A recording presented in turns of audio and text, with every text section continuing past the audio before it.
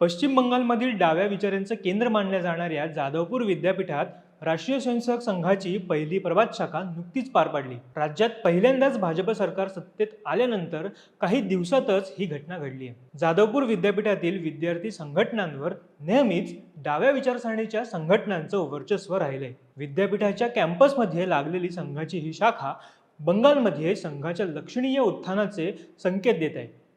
राज्यातील संघाच्या शाखांची संख्या सुद्धा 2012 मधील 1350 वरून वाढून ती 2026 मध्ये 4325 पर्यंत झाल्याचं सांगण्यात येते। जाधवपूर विद्यापीठ का होतं इतकं चर्चेत? खुद्द पंतप्रधान नरेंद्र मोदींनी सुद्धा याला देशविरोधी घोषणांचा अड्डा असं का संबोधलं होतं, जाणून घेऊया आजच्या व्हिडिओतून। नमस्कार, मी ओमकार मोळे, कॅमेरा आहे जयेश पाटील। जाधवपूर विद्यापीठाच्या 20 स्थायी आणि कंत्राटी कर्मचाऱ्यांनी विद्यापीठात भरलेल्या 1 तासाच्या प्रभात शाखेत सहभाग घेतला होता। हे सर्व कर्मचारी कॅम्पसमध्येच राहतात। यातील पहिले 40 मिनिटं व्यायाम योगासनं करण्यात आली, तर उर्वरित वेळ हा बौद्धिक सत्रासाठी ठेवण्यात आला होता। या सत्राचा विषय मातृभूमीची आराधना आणि भारताला विश्वगुरू म्हणून प्रस्थापित करणे हा होता। यापूर्वी बंगालमध्ये भाजपच्या विजयाचा जल्लोष साजरा करण्यासाठी कॅम्पसमध्ये मोर्चाही काढण्यात आला होता। कर्मचाऱ्यांनी भगवे झेंडे फडकवले आणि जय श्रीराम तसेच राष्ट्रवादाचा विजय असो अशा घोषणा सुद्धा त्यांनी दिल्या होत्या। कर्मचाऱ्यांनी आपला मोर्चा कॅम्पसमधील आर्ट्स सायन्स चौकातून सुरू केला। ही जागा डाव्या विचारसरणीच्या शिक्षक आणि विद्यार्थ्यांच्या निदर्शनांसाठी ओळखली जाते। संघाशी संबंधित संघटनांचे हे सातत्यपूर्ण कार्यक्रम कॅम्पसमधील सत्तेच्या संतुलनात बदल होत असल्याचं दर्शवतात। या कॅम्पसमध्ये अनेक वर्षांपासून डाव्या विचारसरणीच्या शिक्षक आणि कर्मचाऱ्यांच्या संघटनांचे वर्चस्व होते।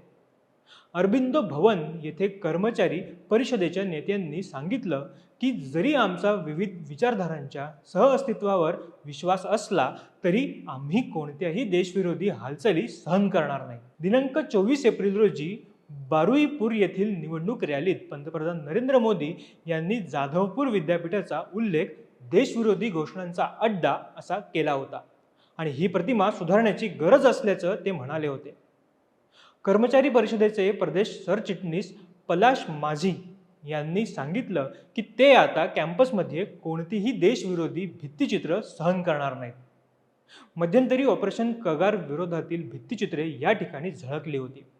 विद्यापीठाच्या एका भिंतीवर ऑपरेशन कगारचा निषेध करणारी भित्तिचित्रे काढण्यात आली होती।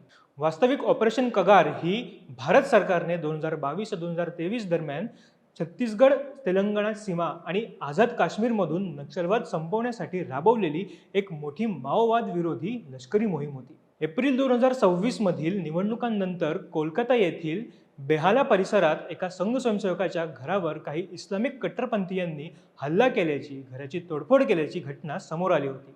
उत्तर 24 परगणा जिल्ह्यातील पानीहाटी येथे संघ आणि भाजपशी संबंधित विश्वनाथ धर यांच्या घरावर तृणमूल काँग्रेसच्या कार्यकर्त्यांनी हल्ला करून रोकड आणि दागिन्यांची लूट केली होती। 2021च्या विधानसभा निवडणुकांचे निकाल लागल्यानंतर सुद्धा भाजप आणि संघ समर्थकांना मोठ्या प्रमाणावर लक्ष्य करण्यात आलं होतं।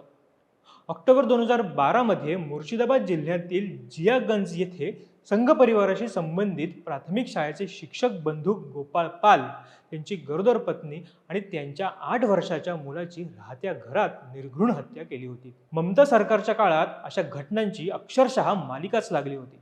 मात्र 2026च्या निवडणुकांनंतर राज्यात हिंदुत्ववादी सरकार आल्यानंतर या ठिकाणची परिस्थिती सुधारायला कुठेतरी सुरुवात झाल्याचे दिसते।